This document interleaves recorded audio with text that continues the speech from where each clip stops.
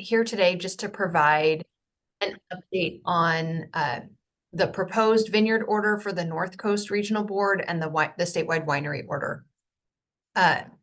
So to give a bit of background on sort of the rules around irrigated lands regulatory programs, and that's what the Vineyard Order in the North Coast would be.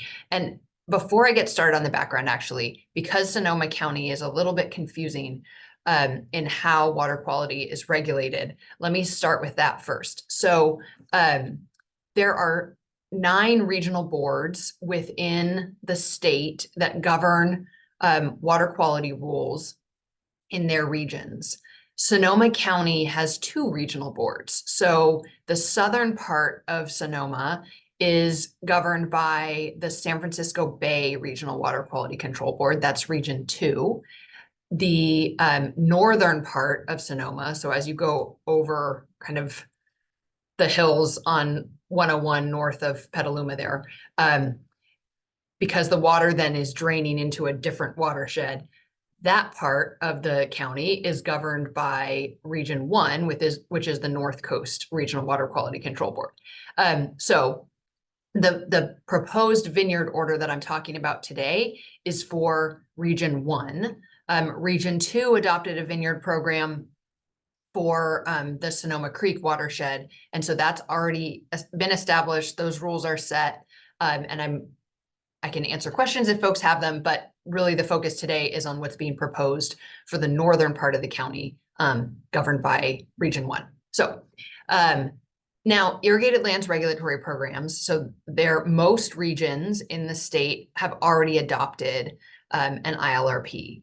And the rules around those programs are governed by the non-point source policy, which the state adopted a number of years ago, the anti-degradation policy, and the Porter Cologne Water Quality Act. So those are laws and policies that then kind of put the boundaries around what's required under these irrigated lands programs. And so when we are advocating on winery and vineyards behalf around these water quality rules, we have to be cognizant of like what's required under these policies, because they'll have to follow those guidance. Then in 2018, the Central Valley Regional Board adopted the East San Joaquin River Watershed WDR's waste discharge requirement. That WDR got appealed. So if people don't think the regional board followed those rules and policies when they adopted an irrigated lands program, they can appeal that to the state board. And then the state board rules on that. And when the state board rules on that, it typically becomes precedential. And all other regions then have to follow those rules because it was reviewed by the state board.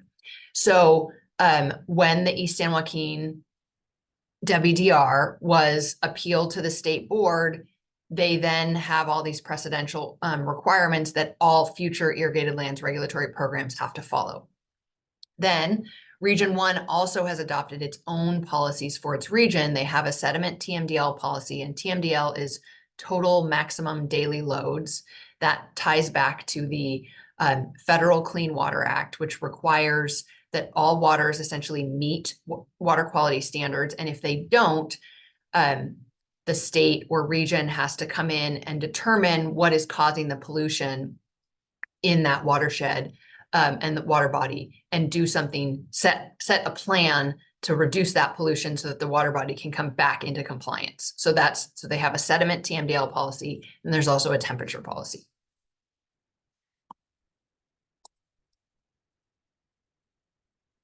So the East San Joaquin precedents that I mentioned earlier are essentially as follows. So all irrigated lands programs have to have management practice reporting included.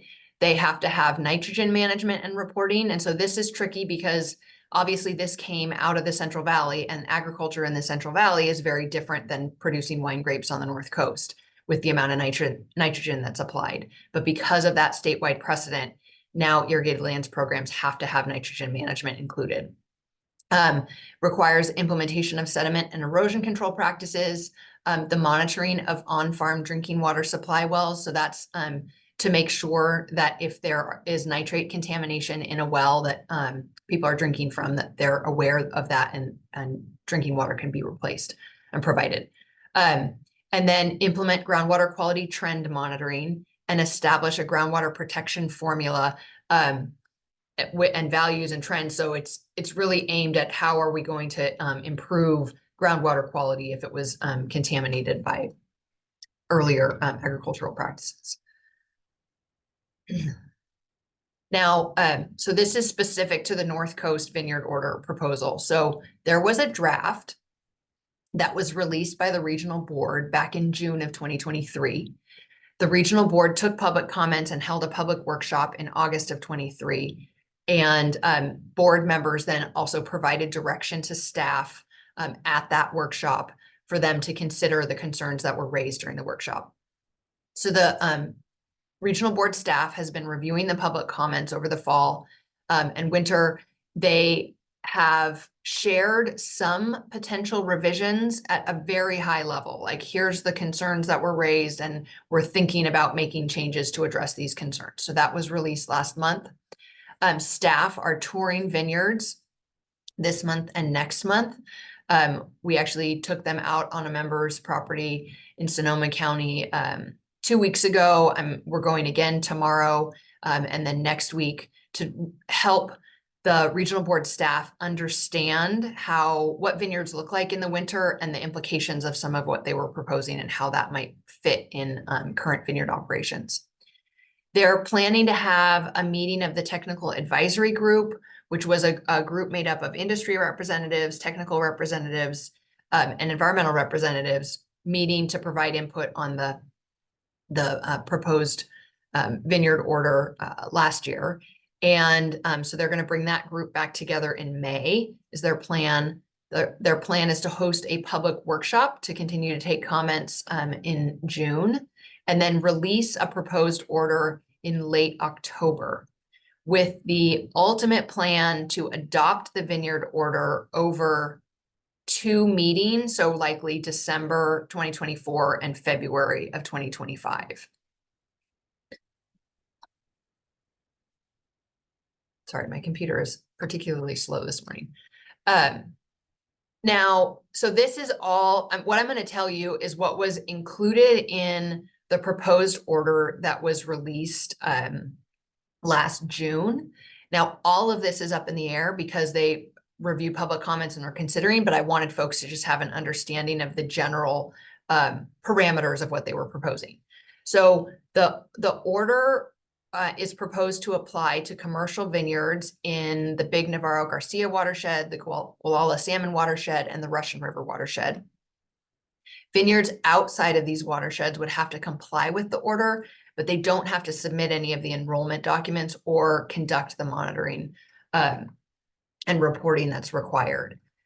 Now, this is different than, so Region 2's vineyard program in Sonoma Creek had an exemption of vineyards that were under 5 acres, didn't have to participate in that program.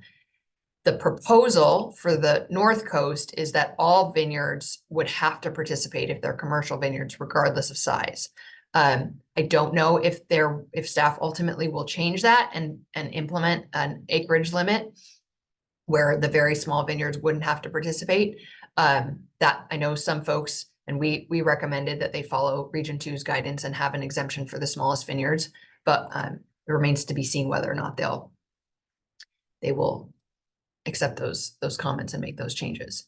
Now, the Vineyard Order includes a number of requirements around management practices in your planted area, addressing stream crossings that might be contributing erosion to the watershed, roads that could be contributing erosion, and then stream side management areas and rules around what activities are allowed in those areas. The order that was released last summer also included a winterization requirement, which essentially prohibited most activities in the vineyard between November 15th and April 1st. So you couldn't have any new planting or ground disturbing activities. You couldn't use seasonal roads if they were saturated. and you couldn't put in a new ag drainage structure that discharged onto unstable slopes. And there was a requirement that ground cover be maintained at least 75% over at least 75% of the vineyard. And we and plenty of other folks explained some of the challenges with those winterization requirements and have asked for more flexibility. And that's a big focus of the vineyard tours, is to sort of show staff the activities that are happening during the winter, the current ground cover, and how we might protect the water bodies from erosion and sediment, but still allow certain activities within the vineyard during the winter.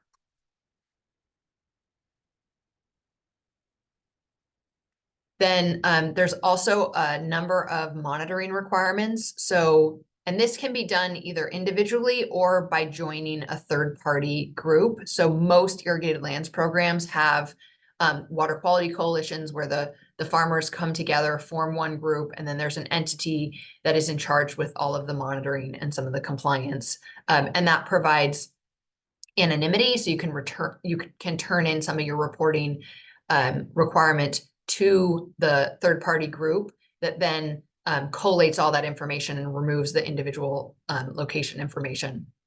And then they also conduct the monitoring on a group basis rather than doing it on each individual farm. And that's being proposed here, where you could go either comply either individually or through a third-party monitoring group. So the monitoring requirements for surface monitoring require ag drainage structures be monitored during storms, that in-stream turbidity monitoring occur. There would be stream bed monitoring, and then pesticide monitoring in surface waters. And then groundwater monitoring would be required to measure for nitrates. Pesticides, there's like a list of pesticides that if you use those specific pesticides, and if I remember correctly, there's like 4 of them that have potential to impact groundwater, then you would have to monitor for pesticides, otherwise you don't. Then groundwater trend monitoring, and then develop a groundwater protection plan.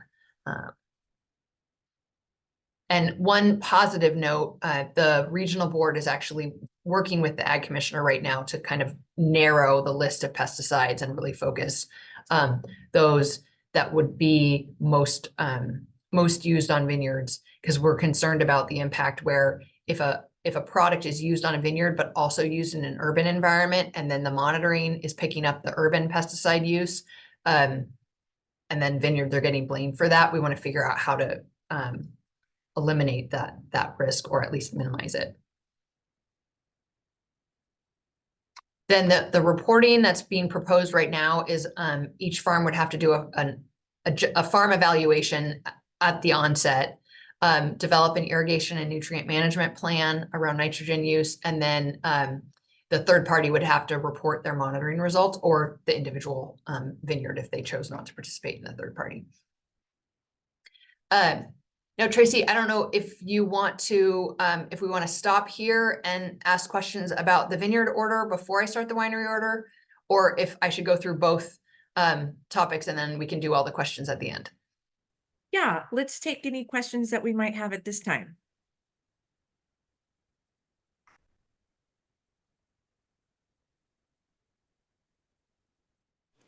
I have a question, Tracy. Can you hear me okay? Yeah. Have they identified who this surreptitious third party will be? No, so the third party would have to form and apply and get approved by the regional board. So right now, so in Sonoma and Napa for Region 2's program, Sonoma County and Napa County Farm Bureaus served as the third parties and then work with the RCDs to do the monitoring. I think based on conversations I've had with Sonoma and Mendocino Farm Bureaus, I think they're exploring whether or not they want to be the third party for the North Coast Vineyard Order. I think they're waiting to see what all the requirements are. And then also Fish Friendly Farming is looking at whether or not they want to be a third party. So those are the only groups that I've heard of that are interested in being a third party under the proposed Vineyard Order. There may be others, but my guess is it would be those. Great question, Katie. Thank you. Anybody else before we move on? All right, back to you. Great, thanks. And if anyone has any questions at the end, I'm happy to answer them then as well. So on to the winery order. So the winery order applies to most wineries, well, many wineries in California. The State Water Resources Control Board adopted the winery order in January of 2021. It applies to wineries that discharge between 10,000 and 15 million gallons of processed water annually. And so that's an important point, that discharge. So one, if you're discharging less or more than those figures, you're not subject to the winery order. If you don't discharge because you are connected to a municipal sewer system, or you tank all of your processed water and haul it to like East Bay Mud or Napa Sand, then you also aren't subject to the winery order. It's only if you are discharging either processed water or your winery solids to land that makes you subject to the winery order, and you discharge between 10,000 and 15 million gallons of processed water annually. If you discharge less than 10,000, you are exempt unless the regional board identifies a real concern around water quality, and they can come in and ask you to get coverage under the winery order. If you are over 15 million gallons, you would have to get an individual waste discharge requirement that you would negotiate with the regional board. If you do not have a current permit from the regional board, either an individual waste discharge requirement or you're covered on the North Coast by one of their general orders, you were supposed to apply for the winery order by January 20th, 2024. They have sent out a number of letters. They're trying to get the word out. We're also trying to get the word out. So if you're just hearing about this today and you don't have a permit and you didn't apply by January 20th, apply now. And they really are just trying to get folks covered. So if you show that like you're trying, that will reflect positively on those. And then those that have existing permits will be asked to comply by their regional board when they're ready to bring those folks in. The order requires full compliance with all of the requirements within 5 years. It includes requirements around pond capacity and lining. There's requirements around your land application area, and then also subsurface disposal systems. And the requirements are based on your size. So as I mentioned before, if you are discharging less than 10,000 gallons a year, you are exempt. Tier 1 is between 10,000 and 30,000. And Tier 1 has other than exempt, Tier 1 has the simplest compliance requirements. Tiers 2, 3, and 4 have graduating requirements that are much more significant, especially when it comes to monitoring and reporting. And Tier 4 has the highest amount of requirements. So as I said, so here's the monitoring requirements. For Tier 1, just required to calculate your daily flow. Tiers 2 through 4 require all of this monitoring. So source water monitoring, winery effluent monitoring, pond, effluent to land application area, then land application area, subsurface disposal system monitoring, the effluent going to the subsurface disposal system, and then solids monitoring. And then Tier 4 is also required to do groundwater monitoring. Now this link down here, and I'll leave this up in case you want to take a picture so you can capture it. Wine Institute put together spreadsheets to try to help wineries understand all of the requirements for monitoring, because they're extensive and confusing. And the spreadsheets themselves are somewhat confusing because of all of the significant monitoring requirements, but they're broken out by tier. You can click on that link and then click on your tier to see all of the different requirements for the winery order. And some of them are weekly requirements, some are monthly, some are quarterly, some are annually. So just be aware that there's a lot there, and we put that together to help folks understand all the requirements, because the order itself is lengthy and dense and difficult to find and pull out all of the different requirements, because it's all spread out through the winery, the order. It's not all in one place. Then once you have all that monitoring done, then you have to report.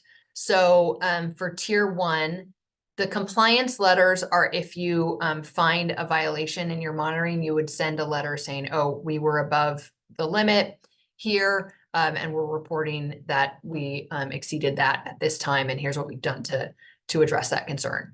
And then an annual report. And then everyone's required to do a scaled map, information about your flow and days of operation, discuss any violations that happened during the year, and any changes that you're proposing that may affect the flow rates, and then any modifications that were started or completed during the year. And then tiers 2 and 3 have the same requirements as tier 1, plus all of their monitoring results have to be reported. Tier 4 has the same requirements, but they also have to do a semi-annual report. So they're doing 2 reports a year, one in August and one in March. And then they also have to do groundwater monitoring. So they have to include that in their monitoring results. Now, to give you a bit of a sense of the implementation schedule, and this changes regularly, and this is, so it's just as I said, just a sense. So the North Coast, if you're covered, you can see sort of the order of priority that they're going to take to transition folks who have existing permits into the winery order. So their first priority is going to be wineries that are covered under the WDR that was adopted in 2002. Then they're going to move to those that have individual WDRs. Then they're going to do the conditional waiver for low threat discharges that was adopted in December of 27, or that, no, it was not adopted in 27. It will expire in 2027, which means it was adopted in 2022. Then the wine, beverage, and food processor WDR, and finally the wine, beverage, and food processor waiver, which was adopted in 2021 and expires in 2026. Now, for those of you in Southern Sonoma, in the San Francisco Bay region, the Napa wineries that are permitted by Napa County have a different system, and they'll stay covered by Napa. Those outside of Napa, their priority is on unpermitted facilities, and then they'll kind of go through the permitted facilities, likely based on size and age. If you have a very old WDR, you'll probably be earlier in the process. If you're a larger winery, you'll be earlier in the process. But they'll just slowly work through that process. And so you just wait for the letter from the regional board. As I said before, if you don't have an existing permit or you're not covered by an existing regional general order, you were supposed to apply by January 20th. So start working on your paperwork quickly. The other thing that I would say, even for those of you that are covered by existing orders, it would be good to get an understanding of what's required to apply, because there's a lot that's needed to put together the technical report that goes with your application.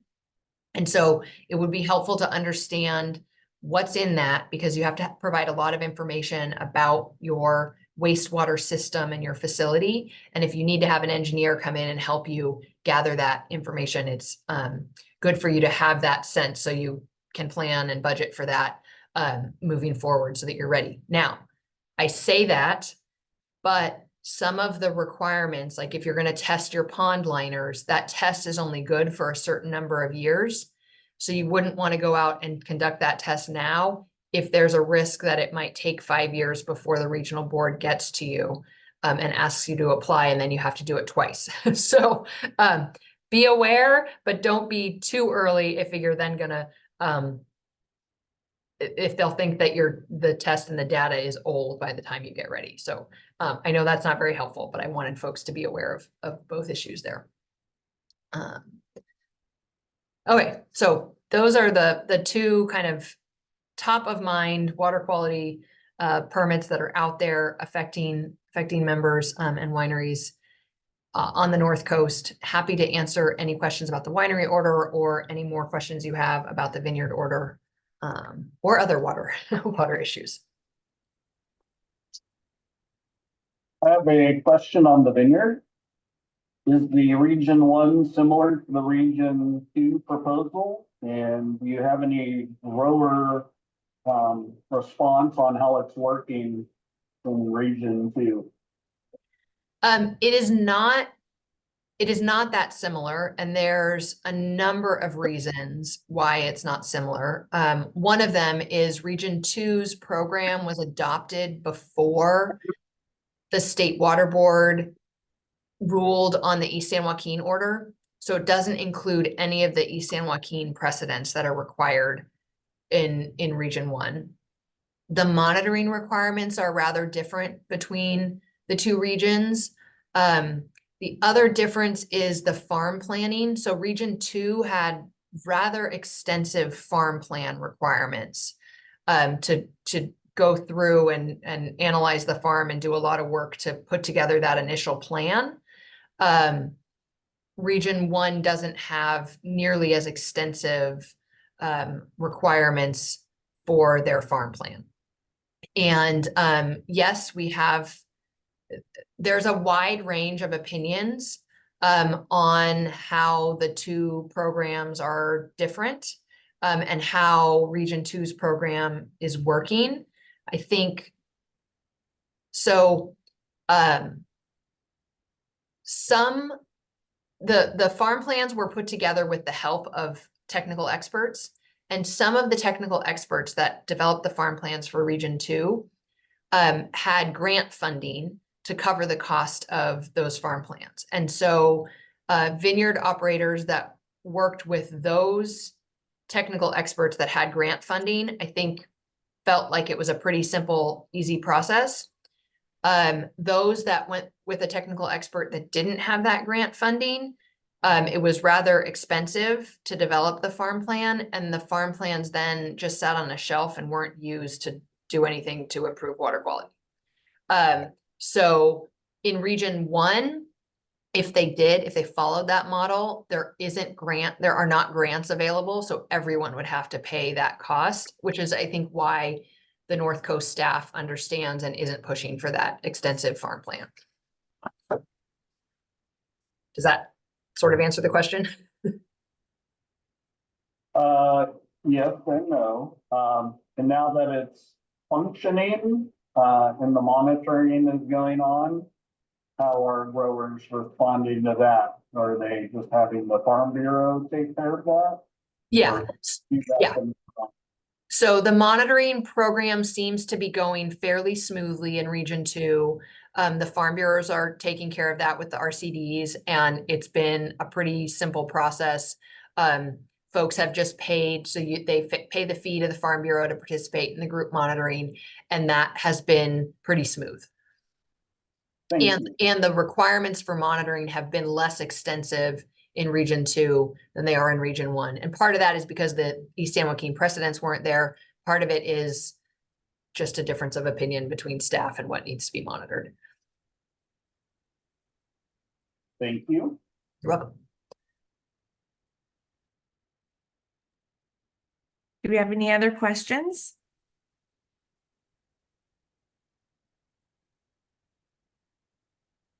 Well, that's fantastic. Looks like you covered everything then this morning. Great. And if anyone has questions that they think of after we wrap up, feel free to call or email me. I'm happy to answer them and help folks better understand any of these programs. So I actually have a question.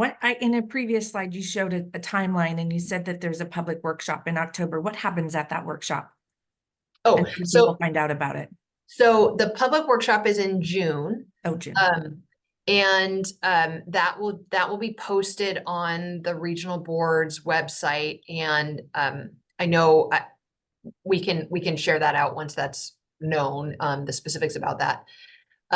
October is when they're planning to release the proposed order, so we'll have a sense of the new requirements that they're considering. And then adoption is December 2024, February 2025. Now, this is all their current plan, and regulatory agencies generally lay out a plan, and often it gets changed. So this is what they told us 2 weeks ago. But as we get closer to those dates, there's definitely potential that they could be pushed back. Great, thank you. And Tracy, did you say that there would be a link to this presentation somewhere? Yes, it goes onto our YouTube page that hosts all of our SCION programs. Susan, I can also just send that to you as well. If Okay. anybody else would like that Thank you. directly, I'm happy to do that. Thank you. Tracy welcome. and Noelle, I have one question. You mentioned drift, like pesticide drift and the issues with monitoring that. What about if you have a vineyard and then above that you have homes and unpaved roads, and how do they measure the runoff of whether it's vineyard runoff or residential runoff, or how is that going to be measured and monitored? So that is a really good question. And we have asked the same question to the regional board, because we know that rural residential roads contribute sediment to watersheds. And so if you have vineyards underneath residents and that sediment is coming onto the vineyard or coming into the watershed, why is it just vineyards that are then being stuck monitoring? And how do you differentiate that? They don't have a good answer. There's a couple of different considerations. One, the ag drainage structures are required to be monitored. And right now they have a turbidity limit of 250 NTUs. And please don't ask me what NTU stands for, but it's a measurement of the clarity of the water, essentially. And so if you are above 250 NTUs and you think it's because you have turbid water coming from off of your property onto your property, you can measure at the inflow point and then subtract that out from your outflow. So then you could be hopefully under 250. So that's one way that they're recognizing. We've pointed out that there's challenges with requiring someone to monitor run-on because that's not really their responsibility, and haven't gotten much traction with that argument. The watershed monitoring, where you do in-stream turbidity, that's a lot trickier. And that's why we've pointed out, like, why should vineyards take on the cost of developing a really extensive and costly monitoring program for sediment that's going to measure all sources, and it's going to then be attributed back to vineyards. And they have not responded to that concern and those questions. And we will continue to be having those conversations and raising those concerns with the regional board, because there are many sources of sediment, and all sources should be engaged in this. Thank you. Welcome. I have a comment. I started reading the draft order, and on page 71, 72, and 73, there's an appendix of acronyms and abbreviations, and NTU is on there. And I can tell the TU is turbidity units, and I need to practice pronouncing what the N word is. Okay. All right, well, if there are no more questions, I will thank Noelle for your time today. And I want to thank the Wine Institute for doing some fabulous work on behalf of our wineries. And thank you, everyone, for joining this morning. And like I said, feel free to reach out if you have any other additional questions. great. Thanks again, everybody.